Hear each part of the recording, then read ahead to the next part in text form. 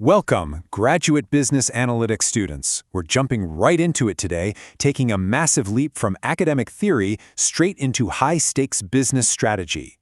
We aren't just going to look at dry, abstract concepts, we are going to explore how data governance operates when the absolute highest levels of confidentiality and, frankly, national security are on the line. So let's dive into the ultimate data challenge. Ask yourself, how do you actually protect a president's medical data? Or the highly sensitive records of a Supreme Court justice? We aren't just talking about your standard healthcare compliance here. The stakes are staggering. Think about it. A single leaked allergy could literally ruin a state dinner, or worse, a mismanaged medical record could trigger a full-blown national security crisis. Managing this level of sensitive info takes way more than a basic IT checklist. It requires an ironclad, foolproof system. To unpack all of this, we're grounding our entire explainer today in a really fantastic foundational text by Professor Richard Boateng. Specifically, we're looking at an extract from his 2025 book, Data Governance Made Easy. This gives us the rigorous academic baseline we need, because as advanced business analysts, you have to have a reliable toolkit to dissect and solve real-world data problems, and this book outlines exactly how to build those resilient systems from the ground up. Here is our roadmap for today. First, defining data governance.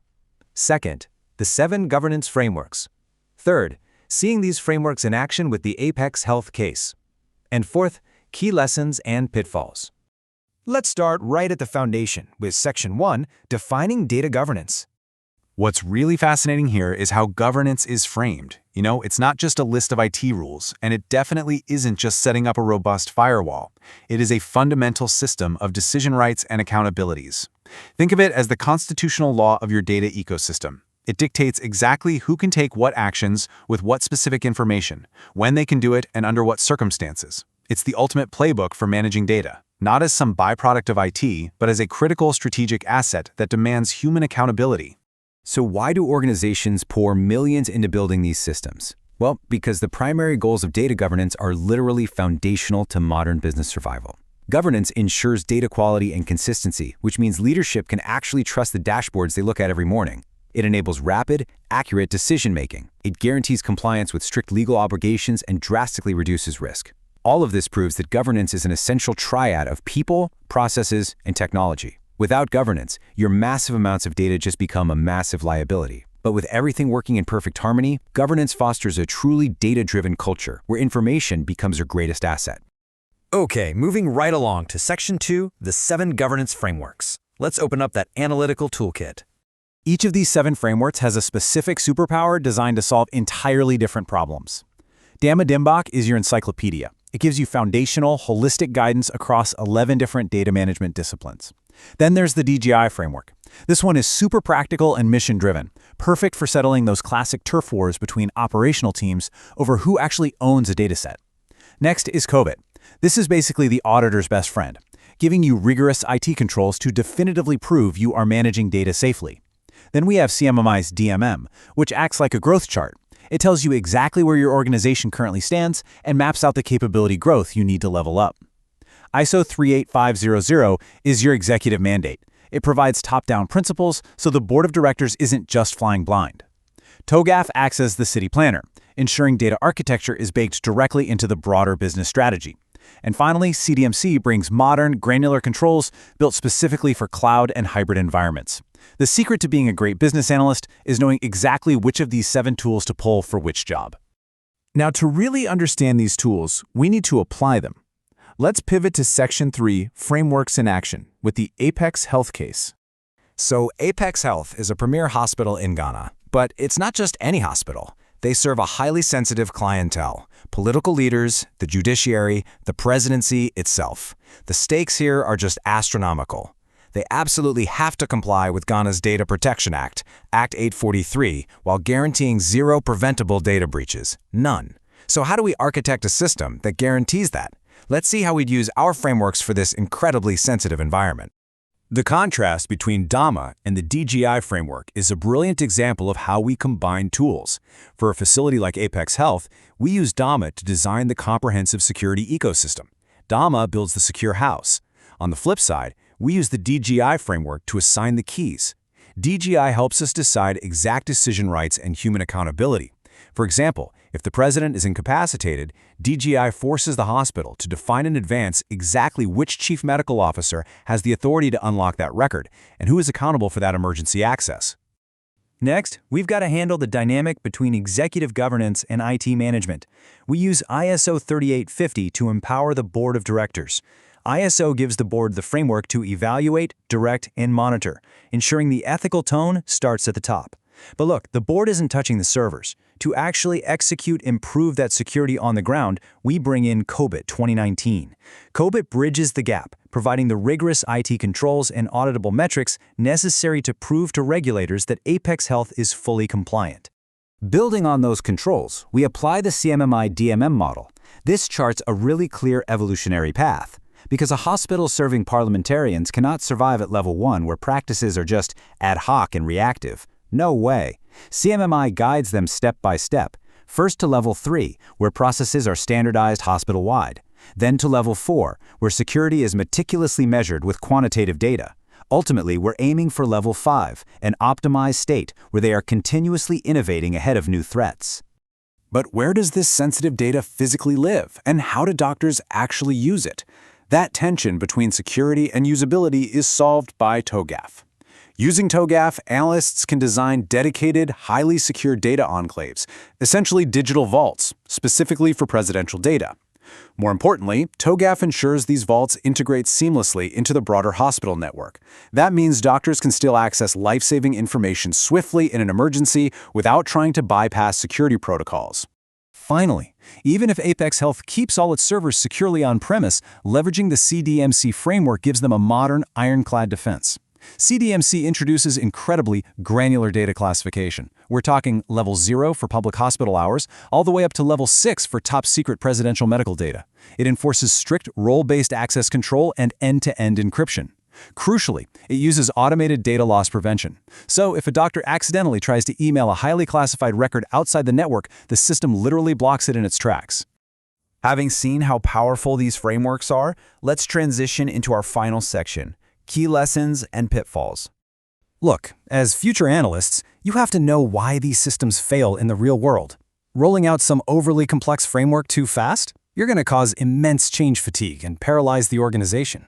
Lacking executive buy-in means your initiative won't have the budget or the teeth to enforce anything. And if you focus solely on technology but ignore organizational culture, people will just write their complex passwords on sticky notes and attach them to their monitors.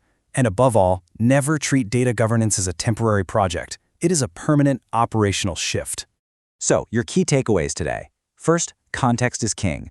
You absolutely must tailor your framework to your specific industry, just like we did for Apex Health. Second, executive sponsorship is non-negotiable. Get the board involved early. Third, always frame your governance around business value and risk mitigation. Show leadership how you are protecting the bottom line. And finally, iterate. Effective governance is an ongoing journey, not a final destination. We've covered a ton of ground in this explainer today, from the core definitions of data governance all the way to applying these 7 frameworks in a literal life-or-death environment. So I want to leave you with this thought. As you step out of this classroom and into the boardroom, which framework will you pull from your analytical toolkit to solve your next high-stakes challenge? Think about it. Thank you so much for joining me, and I absolutely cannot wait to see the robust data strategies you all build in the future. Apex Health operates from a high-security enclave in Ghana, managing a data network where every node is subject to a zero-tolerance policy for exposure. This security posture is dictated by a clientele that includes the Presidency of the Republic. The hospital also serves the high courts, holding the medical histories of the nation's judiciary, and it is responsible for the sensitive health records of parliamentarians. These operations are governed by Ghana's Data Protection Act of 2012, known as Act 843. This law mandates strict handling protocols for all personal information, with no exceptions for high-profile individuals. At this level, a leaked allergy profile or an unauthorized access log triggers a cascade of national security and diplomatic consequences. Managing these risks requires data governance. Professor Richard Boateng defines this as a system of decision rights and accountabilities for information-related processes. Governance is distinct from IT infrastructure. It exists independently of the physical server racks, the firewalls, or the encryption software. It is the logic that answers who has authority over a record, what policies dictate its movement, and how access is granted. Securing VVIP data requires a synthesis of multiple frameworks to ensure every decision is documented and every vulnerability is addressed by a specific rule. These frameworks organize the hospital's data flow, transforming raw patient information into an enterprise asset that satisfies both the Data Protection Act and the hospital's strategic mission. We start with DAMA DMBOK2. This central hub for data management ensures metadata, security, and quality are integrated. Using DAMA, the hospital establishes a data governance office and assigns a data owner to each domain. The head of cardiology, for instance, becomes accountable for cardiovascular records. The owner is supported by a data steward, like a senior nurse or lab manager, who oversees the daily application of quality and security rules. While DAMA maps the landscape, the Data Governance Institute, or DGI, framework makes those roles operational. DGI is used to create RACI matrices, which explicitly define who is responsible, accountable, consulted, and informed for every information-related process. If a president requires emergency access, the DGI matrix dictates exactly which physician lead authorizes the request and which security officer monitors the logs.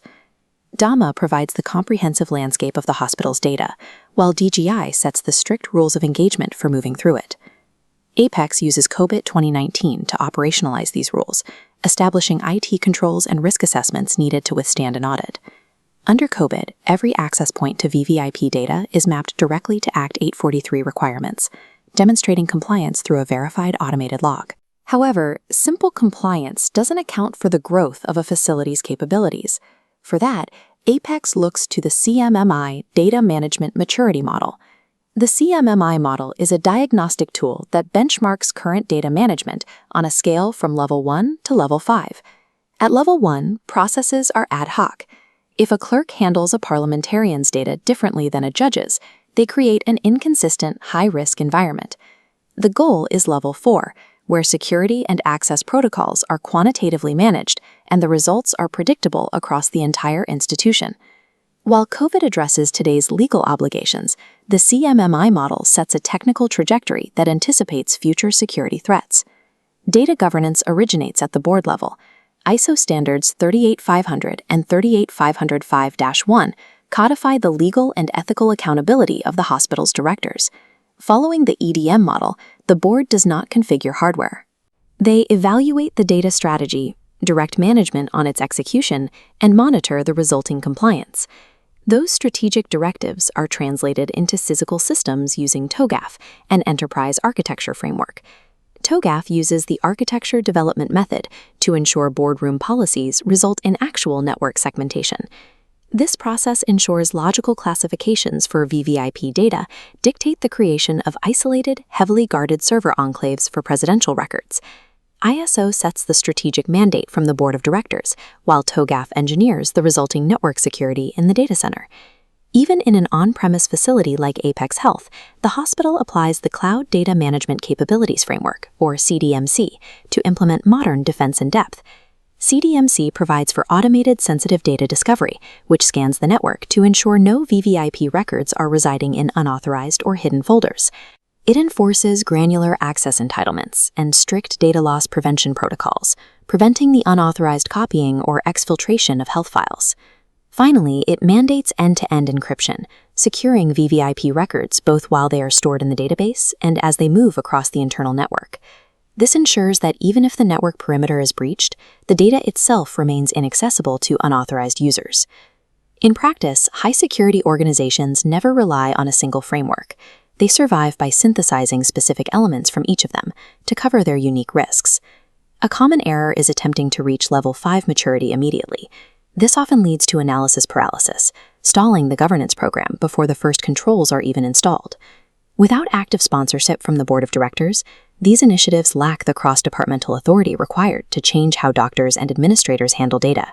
Treating governance as a technology purchase while ignoring the necessary changes in organizational behavior inevitably leads to a security failure. A data fortress is only as effective as the humans operating it. If the staff does not understand the rules, the architecture cannot protect the patient. In data governance, context is king. The rigid architecture required for the presidency at Apex Health would be counterproductive for a retail brand. Governance is a continuous, evolving program. It is not a project with a fixed completion date.